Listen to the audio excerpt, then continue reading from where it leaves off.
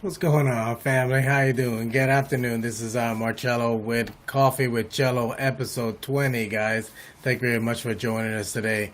We definitely have an outstanding and exciting show today. We have Brian Basilico. He's going to be sharing some gems with us today. So I know you guys definitely going to want to tune in and ask some questions.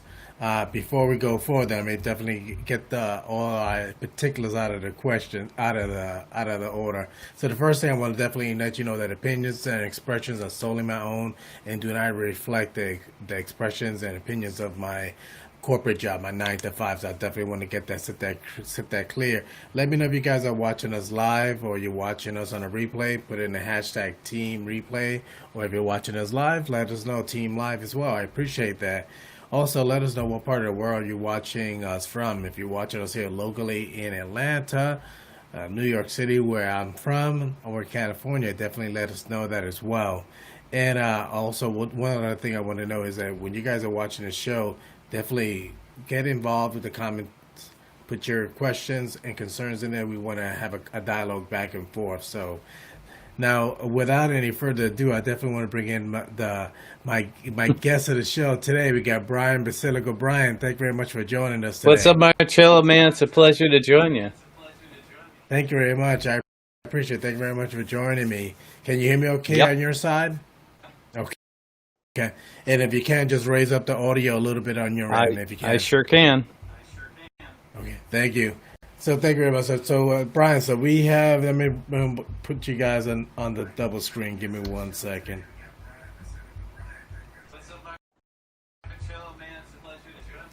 All right. So now I'm glad that you're here with me today, and I thank you very much for you to have an opportunity to get to my reach out to my guests or my audience, because I've been listening to your podcast for many, many, many months. I would say even, gosh, I don't know, I'll say over a year, almost 2 years. As long as you've been broadcasting, I've been enjoying your baconisms for a very long time. Thanks, man.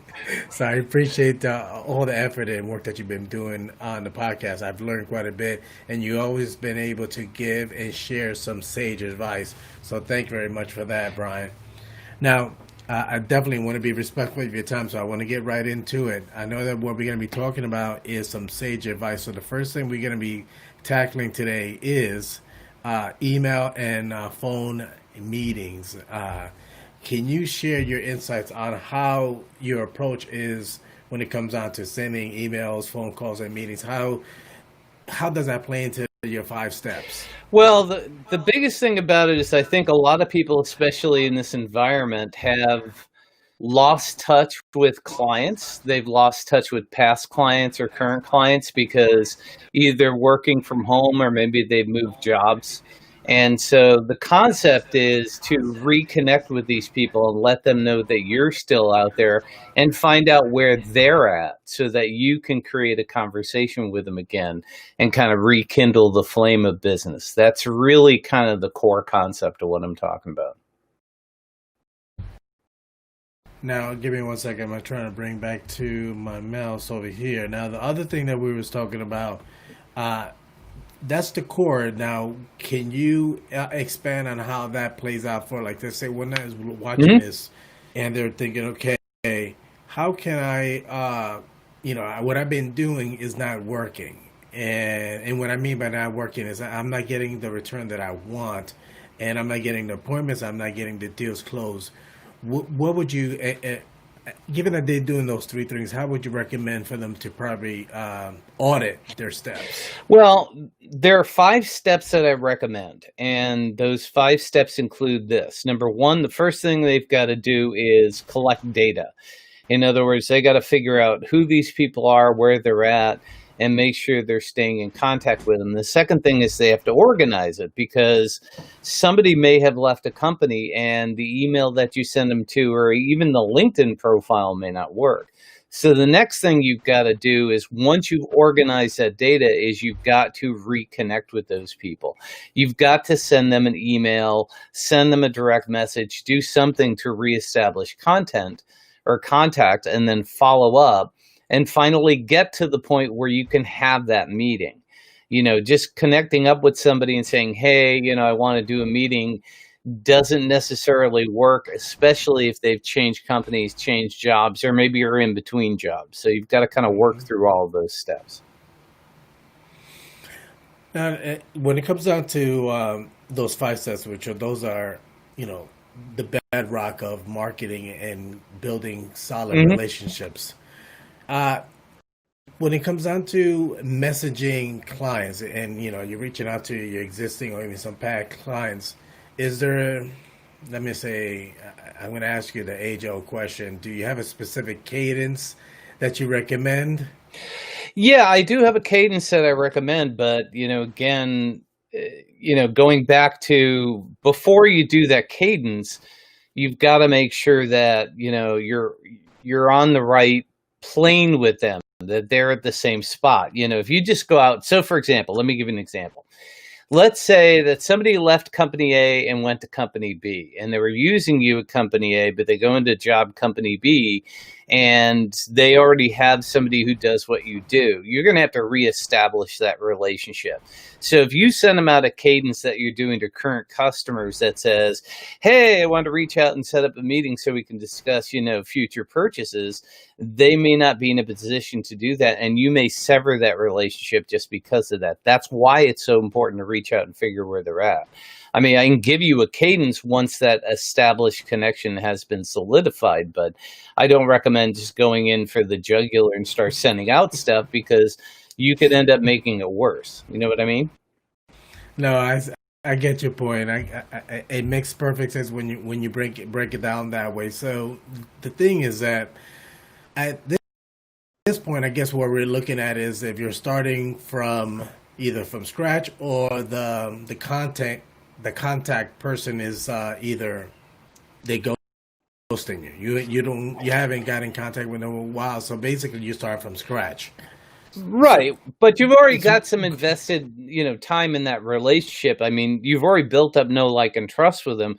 It just could be that you're not top of mind because of what's changed. So, let me give you the steps to this, then we can talk through what to do once you're able to reestablish. I think the 5 steps that are most Thank you. important. Number one is use whatever you have, whether it's your CRM, it could be your QuickBooks data. So if you use QuickBooks, go through and pull that into something. I recommend pulling it into a CRM if you have one. If you don't have one, I use Nimble. There's tons of them out there, Zoho, whatever you want to use, Salesforce. But the bottom line is get them into something other than, LinkedIn or your phone. Get them into some place where you can manipulate and verify the data. The second thing you've got to do is look them up on LinkedIn and say, are they at the same company? You could direct message them. You could send them an email. Maybe that email bounces. If the email bounces, it could be, if you're sending it from a broadcast email, could be, something completely different than if you send them a one-to-one email. The Hold on a Go ahead. second. So you're saying when you're sending something from a broadcast or a mail Mhm. merge, you're saying that typically, because the email systems could actually identify that that's a mass email, it automatically gets I bounced, can, or it yeah. could get bounced. Yeah, absolutely. Oh, Yeah, if you send something from an Aweber, you send something from a Salesforce, because of the way that they mm-hmm. work, it's different than if you send it directly from a mail program from your phone or something like that. They have ways. There are firewalls that understand the IP address and the system that's coming through, and they can block those things. Huh. Okay, I'm glad you brought that up, because I know that in the past, we and within our organization, we use Hmm. Salesforce, and they always encourage us to use their the mail system through Salesforce, and use their templates. It's not the easiest, or it's not the most organic Right. way to send emails, so I typically don't use that. I, like what you said, I use my own email system, and the worst thing that I do at times is I will put the folks email and I'll use mail merge, and the way that works, and maybe Yeah, you're very. familiar with it, it's like it just drips like every minute or so, an email goes out.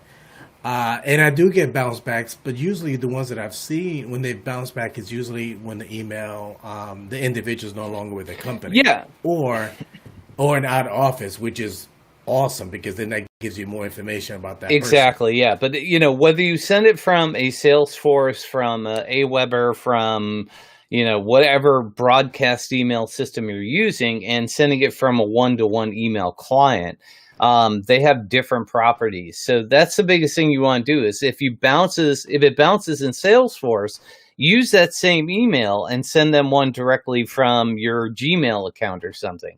See if the same thing bounces. If it does, then the next step is to go find them on LinkedIn and send them a direct message. Say, hey, I sent you an email and it bounced.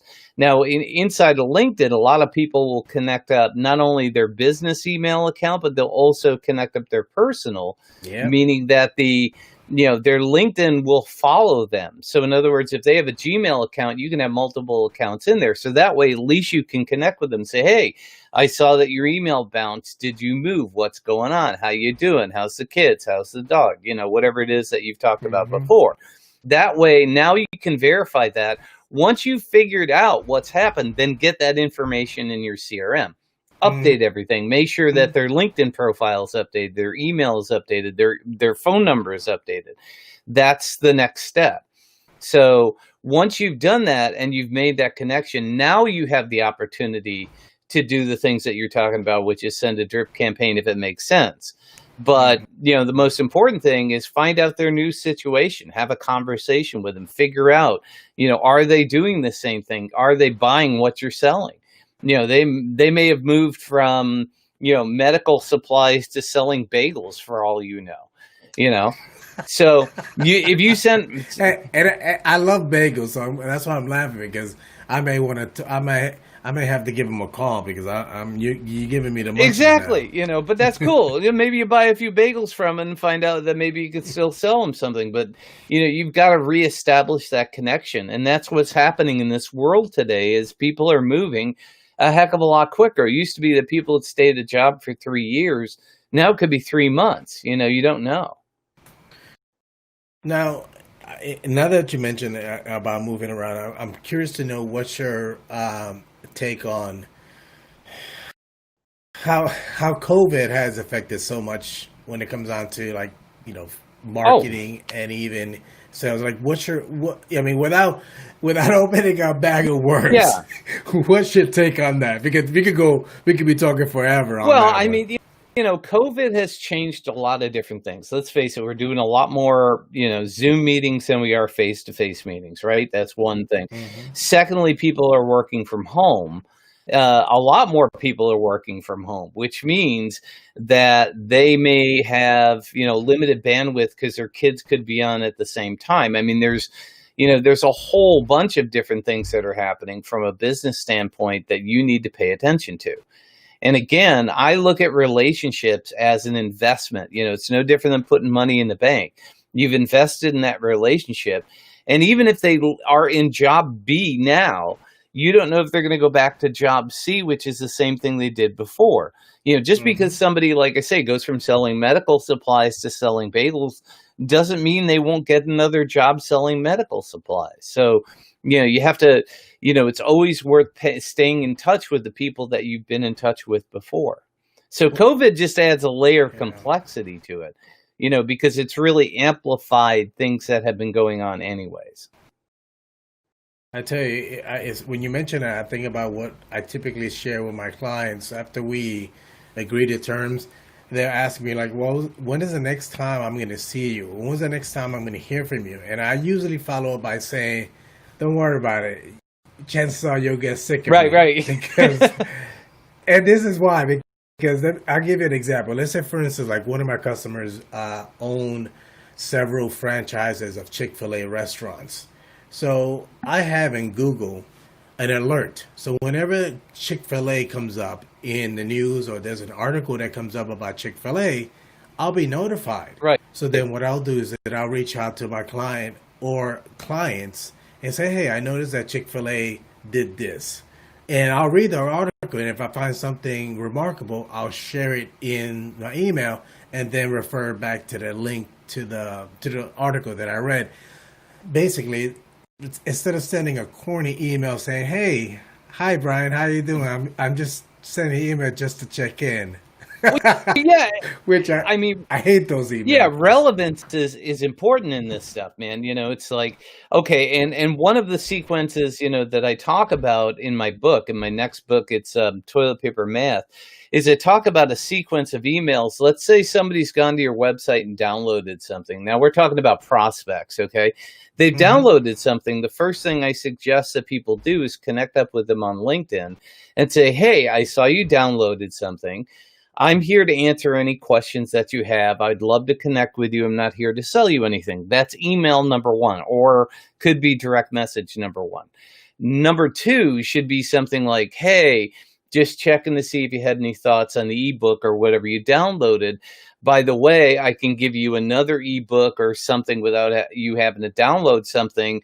Let me know if you want me to provide that additional information. Could be a video, could be a PowerPoint, could be another ebook, could be anything." And that way, what you're doing is you're reminding those people that they downloaded something and get them to engage with it a second time. A third email going out should be something that says, "Hey, I'm not trying to bug you, but, if you need anything or have any questions, let me know. I'm here for you."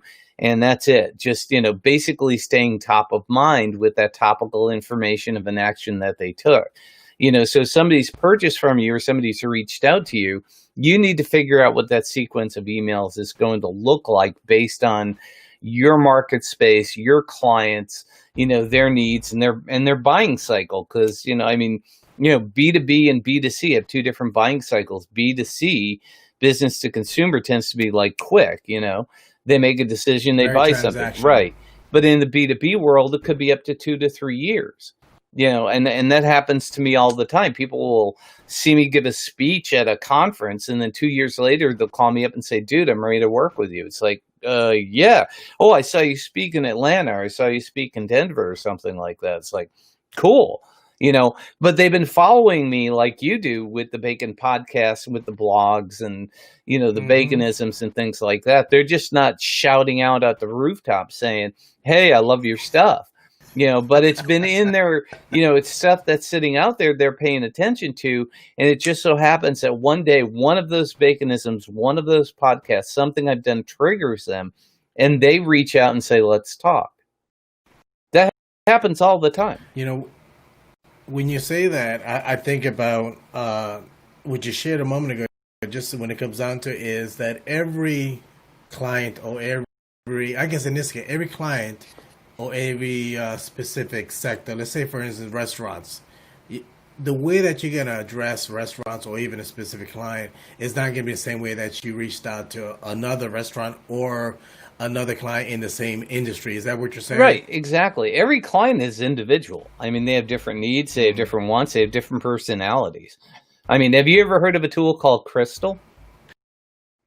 Y- Yes, I think that that's in. You can use that on LinkedIn, Yep. right? And you can give you like a personality. Is Yep. that?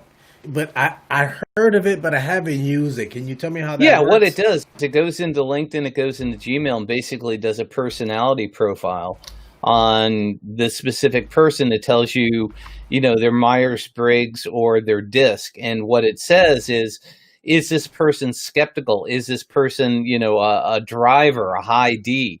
High Ds want answers and results. Skeptics take a lot more time. You have to build up the reputation, you have to build up the features and benefits. And so the way that you sell to those people is going to be different than the D. The D wants to know, can I get results from this immediately?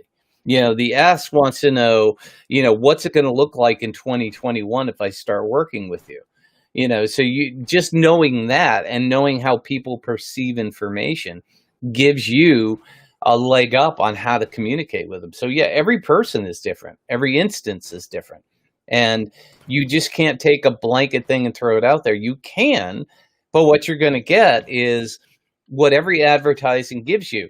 For every 100 people that you send something to, 2 people will respond. A 2% return on investment on any advertising is good. And that's what you get. Hmm. But when you start to turn this into individualized stuff, then the numbers start to crank up a lot higher. Hmm. So when you're talking about the crystal, and then I want to go into I want to go into cranking Sure. it Yeah. up. Yeah.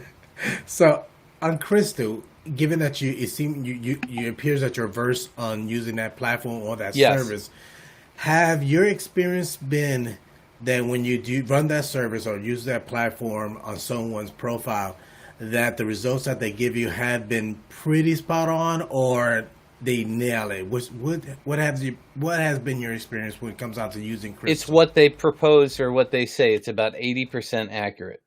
And it Okay. makes a huge difference. I mean, knowing that somebody's a high D or an S or a C, or an I, an innovator. An innovator is a thought leader. A D is a Hmm. driver. They want results. C is kind of conservative, but they're still driven. And a skeptic is the hardest one. So yeah, it's really accurate, and it also helps you to better understand the kind of messages to send to people.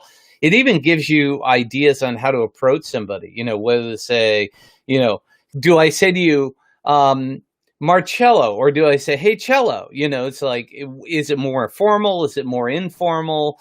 How are you going to communicate with this person? So even the same message that you may send out, you may actually create. I suggest that people have multiple versions of the same email, and once you determine what that person's personality is like, send them one that's more targeted towards the type of things that they think about.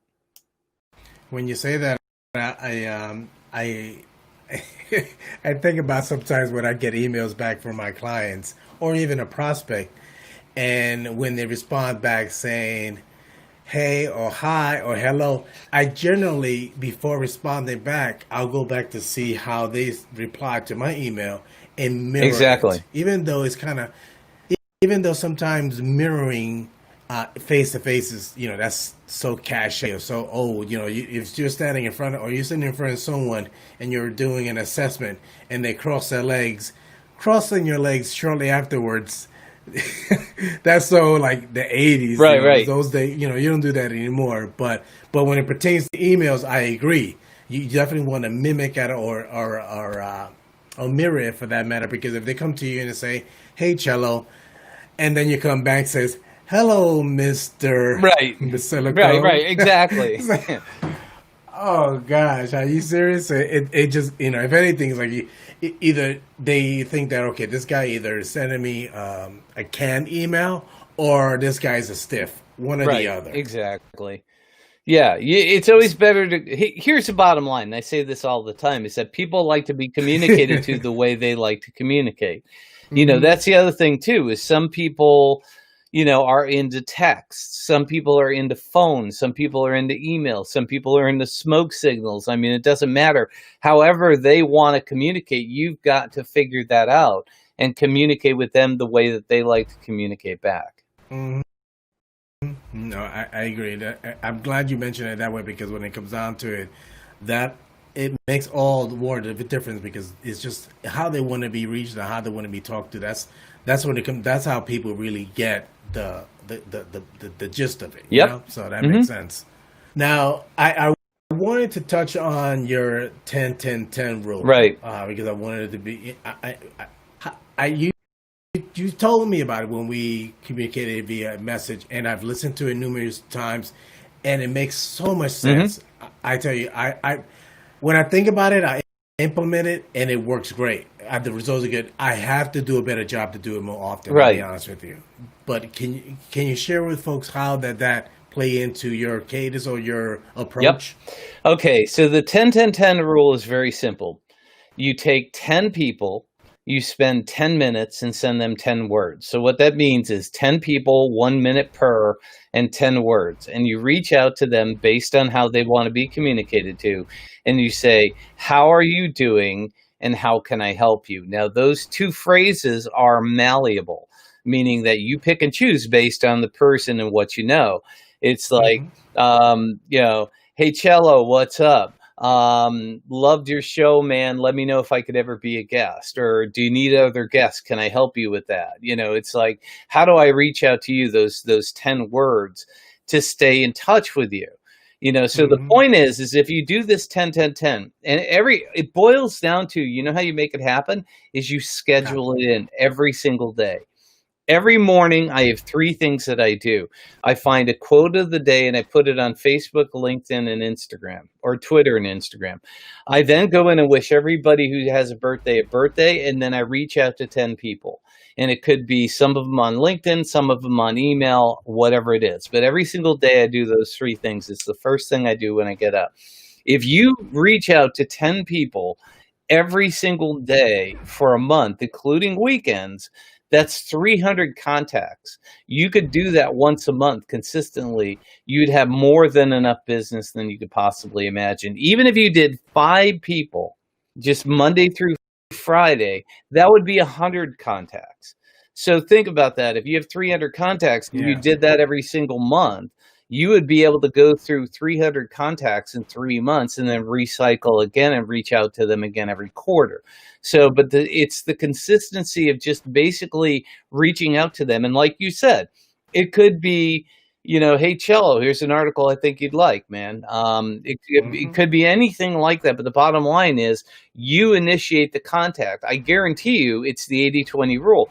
80% of the people will ignore it. 20% of the people will comment back. And those are the people that you continue the conversation with. And it could be that the 20% that respond this time, it could be a completely different 20% that respond next time. Because they're either in a space, they're not on vacation, or, they just have the time and they want to talk to you.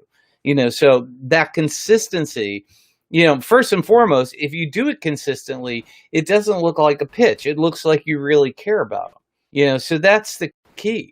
Is consistency is, I always say that, content is king, but consistency is queen. I don't know about your place, man, but the queen rules the house in mine. You know what I mean? No, I agree. The same thing is with mine. My wife was always, if we're in a family setting, my wife will default to me, but same time, I agree. When we're behind closed doors, guys always appear to be like the guy running the show. Right. But at the end of the day, it's so much easier for your wife to run it. I mean, really, it is. I mean, it's so much easier. Half the time, let me tell you this, half the time when I have, let's say the weekend comes, let's say the weekend's coming up, I typically ask my wife, hey, babe, what do we got scheduled for the weekend?